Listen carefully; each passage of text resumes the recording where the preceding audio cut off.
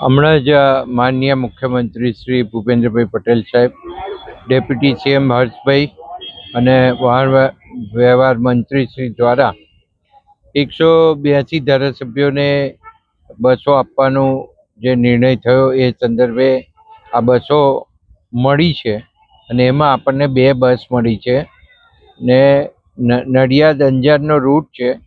નડિયાદ આણંદ અમદાવાદ અને અમદાવાદ થઈ અને અંજાર ભચાઉ થઈને અંજાર આ એક રૂટ છે અને આ રૂટ ઉપર અપ એન્ડ ડાઉન 2 બસો સેમી લક્ઝરી બસ તરીકે આરામદાયક મુસાફરી થઈ શકે અને મુસાફરોને અગવડ ના પડે એના માટે થઈને એક આ લાંબો રૂટ આપણને આપવામાં આવ્યો છે. આપણા નડિયાદ માટે, ખેડા જિલ્લા માટે ખૂબ ગૌરવની વાત છે. હું માનનીય મુખ્યમંત્રી શ્રી અને નાયબ મુખ્યમંત્રી શ્રીનો ખૂબ ખૂબ આભાર માનું છું. જી સર, તમારું નામ, પરિચય અને આજે 2 બસોનું લોકાર્પણ કરવામાં આવ્યું, કઈ બસો હતી, શું કહેશો? કે પરમાર, ડેપો મેનેજર, નડિયાદ.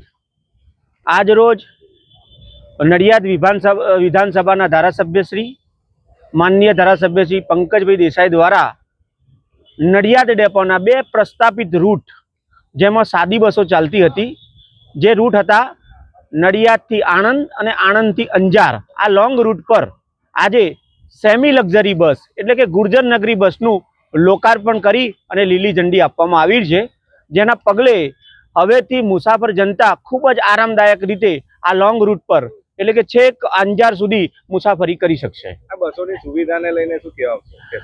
જે ગુર્જર નગરી બસ એસટી દ્વારા તૈયાર કરવામાં આવી છે તે પેસેન્જર માટે ખૂબ જ કમ્ફર્ટ, આરામદાયક મુસાફરી કરી શકે અને પૂરતા પ્રમાણમાં સ્પેસ, બંને સીટો વચ્ચે સ્પેસ, મુસાફર પોતાના પગ લાંબા કરી શકે અને આરામથી બેસી શકે એ પ્રકારની સીટિંગ વ્યવસ્થા આ બસોમાં કરવામાં આવેલી છે.